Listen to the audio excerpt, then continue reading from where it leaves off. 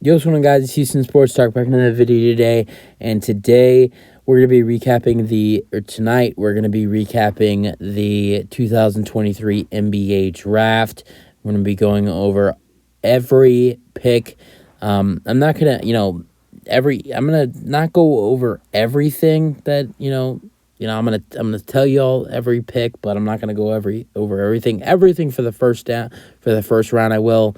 Second round, I'm just gonna read off the names because most of those guys I don't really know much of them. I know some of the guys that were picked in the second round, but let's get into it though. So the draft was fun.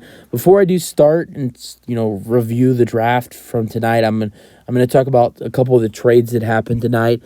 I'm kind of, just viewing a couple players that were traded on draft night. There was only two NBA players that were traded on draft night tonight, and those two players were Davis Bertans and Richaun Holmes. It was two deals.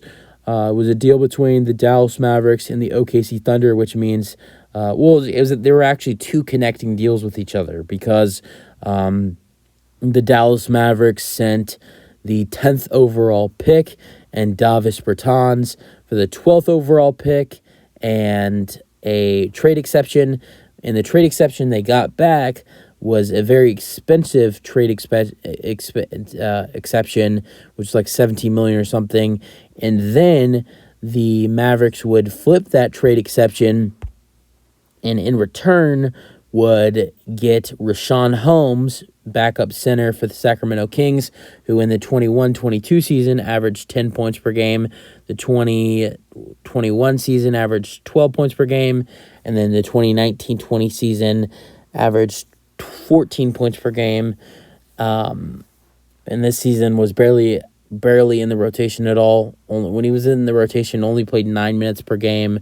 Ever since the Kings traded for Domantas Sabonis. Before the Kings traded for Domantas Sabonis, Richaun Holmes was the starting center for the Sacramento Kings. But then, once Sabonis came to the Kings, Richaun Holmes was kind of done in Sacramento, and so Dallas gets Richaun Holmes, who I think is a great addition for Dallas. I love the addition for Dallas. So they trade that trade exception that they got back for Bertans and the 10th overall pick, and with the trade exception, they got the 12th overall pick, which eventually they would draft Derek Lively the second. So eventually, they end up getting two centers in this draft: Richaun Holmes from the Sacramento Kings in a trade, nice experienced player, and then Derek Lively, arguably the best center in this draft for sure, because Wembanyama is not a center. Lively is 7'1", 7'2", something like that. Averaged 10 and 10 at Duke this year. So, and reportedly he is improving his 3-point shot. So those were the only two players that were involved in draft night trades. We did see some draft day trades. Chris Paul and Jordan Poole, Patrick Baldwin Jr. and Ryan Rollins were involved in a trade today. It sent CP3 to the Warriors and Jordan Poole to the Wizards, but that was it. That was not during the actual draft. That was a draft day trade. So those were only really the trades that involved NBA players, current NBA players, and tonight's draft or today's draft throughout the whole day. But getting started, not surprising, the Spurs draft Victor Wembanyama. That's their future right there, and it's just gonna be a great pick. Hopefully, he stays healthy because the big concern for him is injuries, and we'll see what happens with Wemby. And then the Hornets, I think they made the right decision here. They drafted Brandon Miller. I honestly think it was the right decision. I honestly thought Brandon Miller was a better fit for the Hornets than Scoot Henderson was. I think he fits better with LaMelo Ball than Scoot Henderson does.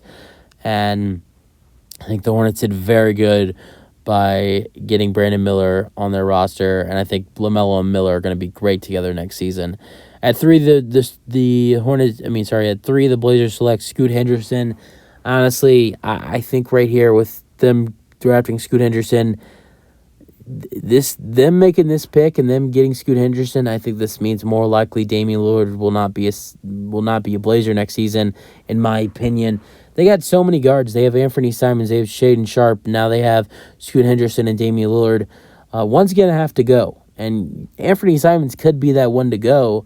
I don't see Scoot Henderson and Damian Lillard working too often together. I don't see that working out. I don't see the two of them working out too good together. So we'll see what happens at Portland. There are some big questions to come from there. Then at 4, the Houston Rockets. My Houston Rockets get Amen Thompson. Really excited for him. He's going to be great. Excited to see Amen Thompson, Jalen Green, the new backcourt duo for my Houston Rockets. We also got another steal in the draft, getting someone who was expected to get to be in the top 7 with Cam Whitmore, pick 20. So not a bad day for a Rockets fan. And then at 5, so cool thing, back-to-back picks. The Twins go back-to-back. Ausar Thompson goes pick 5 for the Pistons. Not surprising because the Pistons were very interesting in Ausar Thompson. And he'll be, the Pistons, they're another team just like the Rockets. These are two teams that were terrible last year, and the Pistons and the Rockets, I think both teams, both teams have brought in great head coaches. Both teams are expected to spend some good money in free agency. Both teams just made 2 really good picks in the draft. I think the Rockets and the Pistons are 2 really potential teams that were one of the 2 worst teams in the NBA this year, and we're dealing with a rebuild that could be way better next season with adding in, really big head coaches and having money to spend in free agency between both franchises, having good draft picks in this year's draft, and already having a good young roster between the both squads. I think the Rockets and Pistons are 2 teams that are going to most likely turn things around next season. Then at 6, the Magic select Anthony Black from Arkansas. And I really like this pick. He's a really good player. Only concern is his shooting. But he is a good scorer, good rebounder, good average a lot of assists as well. I think he averaged around 5 assists in Arkansas this year. At 7, there was a trade between the Pacers and the Wizards. The Wizards traded up only 1 spot to get Baal Coulibaly, who was teammates with Victor Wembanyama in France.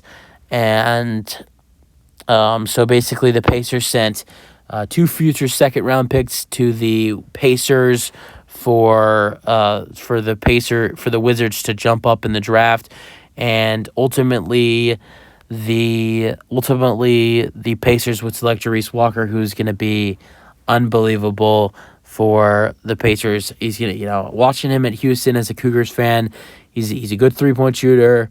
He's a good scorer. He's great. He's good defensively, good rebounder, good shot blocker. He's gonna do everything for the Pacers. I think he's gonna be great for the Indiana Pacers. At 9, the Jazz select Taylor Hendricks, big man from Central Florida. Really like the addition here for the Jazz. We'll see how he does. I haven't watched a lot of film on him, but I have heard he's very good. At 10, the Mavericks select Cason Wallace. The Thunder select. That was the Mavericks pick, but was traded to the Thunder. This was very interesting to me. I didn't think the Thunder would be really looking for a point guard, because Shea's kind of been the point guard, and Josh Giddey. Those have been the guys,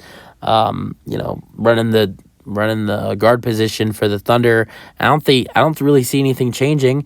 They have Trey Mann off the bench, so I guess Cason Wallace is going to be coming off the bench for the Thunder next season. But I think the Thunder did a great job in tonight's draft. They got Cason Wallace and they got Davis Bertans in tonight's draft. I know Davis Bertans didn't have a good season with the Magic this year, but he's veteran experience. They want to add in veterans. I know he has a terrible contract, but he's also a good 3-point shooter. And if you look at, some of his previous years in the NBA, when he has gotten playing time in the past with the Washington Wizards in the 2019-20 season, averaged 15 points per game. In the 2020-21 season, averaged 11 points per game. When he is getting minutes, he is a good player, and he's a knockdown shooter. So I really liked what the Thunder did in tonight's draft, adding in some depth off the bench with Cason Wallace and Davis Bertans. Then at 11, the Magic draft Jett Howard. This one felt close to home for me. As I've actually, my family's actually pretty close with Jet Howard, because, obviously I live in Houston, and Juwan Howard played in Houston. And actually, funny story, my mom actually would babysit Jet Howard when he was a baby. And then also Jet's mom basically like threw my mom's baby shower when I was like when my mom was pregnant with me. That basically the end of it. I haven't seen Jet in a couple years because they when Jawan retired. Well, Jawan was with the Rockets and then got traded to the Heat, and then he became an assistant head coach for the Heat. I think the last time we saw them was like 2017. The Rockets were playing the Heat, and we saw them at Jet was playing at a AU tournament or something like that, and we saw all of them. So it was really special to see someone you knew growing up get drafted. And Jet's a good player. He's a solid defensive player. He's a good scorer. He's a good 3-point shooter. I think he'll be pretty good for the Magic. He's most likely not gonna be starting. I just think the only problem with this draft selection for me, even though I love Jet, is like the Magic have so many guards. Like the Magic have to be set to trade some of their guards, right? Because they have Jalen Suggs, they have Cole Anthony, they have someone else on their current roster. Oh, Markelle Fultz. Now they have Anthony Black and Jet Howard. They've added in a lot of guards in the draft, and then I don't know. They got a lot of guards on their roster, so it's gonna be interesting. I think most likely the Magic will probably make a trade. I think the Magic are gonna potentially trade one of those potential guards on the roster. They're not gonna trade one of the new guys, in Jet or Black, but I think there's definitely a potential chance one of, if not two of, maybe Cole Anthony, Jalen Suggs, or Markelle Fultz maybe potentially gets moved this offseason. But great selection there by the Magic at getting Jet Howard. At 12, the Thunder, but was traded to the Mavericks. So the Mavericks select Derek Lively II from Duke.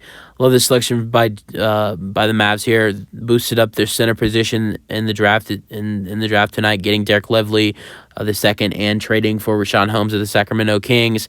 Really good there by the Thunder. Then the 13, the Raptors select Grady Dick. Great shooter from Kansas. I really like the addition. We'll see how he does for the Raptors. 14, the Pelicans draft UConn star, who was the best player on that UConn national championship run, Jordan Hawkins. Great addition for the Pelicans. Even though I thought the Pelicans should draft a point guard, I still think this was a great addition for the New Orleans Pelicans. At 15, I'm thinking I'm doing a mock draft. I did so many mock drafts this week. I thought I was doing a mock draft for a second. At 15, the Hawks selected Kobe Buffkin, point guard from Michigan. I really like the pick here. He'll be a solid player off the bench for the Hawks. Then 16, the Jazz select Keontae George from Baylor. And the Jazz have had some history of drafting some Baylor players, so this is not the first, but Keontae George is a really good player. And at 17, the Lakers draft Jalen Hood-Schifino from Indiana. Really like that pick as well. And then 18, the Heat select Jamie Jaquez Jr. from UCLA. And 19, one of my favorite picks in this draft, the Warriors draft, Brandon Podziemski from Santa Clara. He shot 44% from three this season. Man, this guy's a 3-point specialist. You add him in a team that is already a good 3-point shooting team with Steph Curry, Klay Thompson. They lost Jordan Poole. They need a Jordan Poole replacement. Maybe Brandon Podziemski can be that Jordan Poole replacement. Then the Rockets at 20 get the steal of the draft. Definitely the steal of the draft for the Rockets, getting Cam Whitmore. This was one of the best picks in the draft, in my opinion, with the Rockets getting Cam Whitmore 20. Not that, it wasn't the best, pick of the draft, but in my opinion, I really do think that this was the biggest steal by, it's not even close. This was the biggest steal of the draft by the Rockets. The Nets, at 21, the Nets draft Noah Clowney from Alabama. Really like him. He's a really nice power forward. Has some great stats. Averaged 13-11 this season. At 22, the Nets back-to-back picks picks draft Dariq Whitehead from Duke. Then 23, Keegan Murray, Kings future potential star. Chris Murray from Iowa was drafted to the Blazers. And at 24, a pick that the Mavericks got for that trade exception with Richaun Holmes, the Mavericks draft. Oliver Maxence Prosper from Marquette, a really solid player as well. I think he's a small forward / power forward. So I like what the Mavericks have done in this draft, getting Oliver Maxence Prosper and then getting Richaun Holmes via trade with the Kings, and then getting Derek Lively the second. I really like what the Mavs did in tonight's draft. I think they're another solid winner in tonight's draft. And then at 25, the Grizzlies get Marcus Sasser. I'm sorry, not the Grizzlies, the Pistons. That pick was moved so much. The Grizzlies traded it to the Celtics.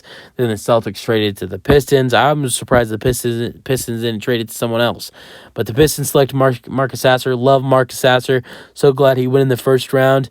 As a Cougars fan, he's a great player. Averaged 19 points per game with the Cougars this season. I'm so excited to see him play this season.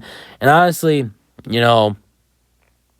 to be honest with you guys, I'm gonna save up some money for the Rockets Pistons game, Rockets Pistons game, and when the Pistons come in town to Houston, whenever that is, because that's gonna be a fun matchup. You got Marcus Sasser returning to Houston, where he played college ball at, and then you have Amen Thompson versus Oscar Thompson, the twin brothers playing each other. That's a fun matchup whenever the Pistons and Rockets play each other. Then 26, the Pacers select Ben Shepherd from Belmont, and then 27, the Hornets select point guard Nick Smith Jr. from Arkansas.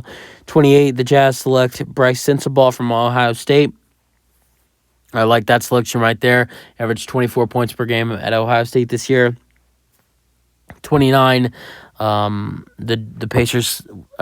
Nuggets select Julian Strawther, and then at 30, the LA Clippers select Kobe Brown from Missouri. So I'm going to go over the second round, not all of it, but the well-known picks. At 31, the Pistons draft James Najayi, a center who is 7 foot. I really this pick was reportedly traded to the Celtics. So another center, another big man to the Celtics. Now they have James Najayi, who's 7 foot. They have Kristaps Porzingis, they have Robert Williams, and they have Al Horford. At 32, the Nuggets selected Jalen Pickett. At 33, the Timberwolves selected Leonard Miller. I really do like this pick for the Timberwolves.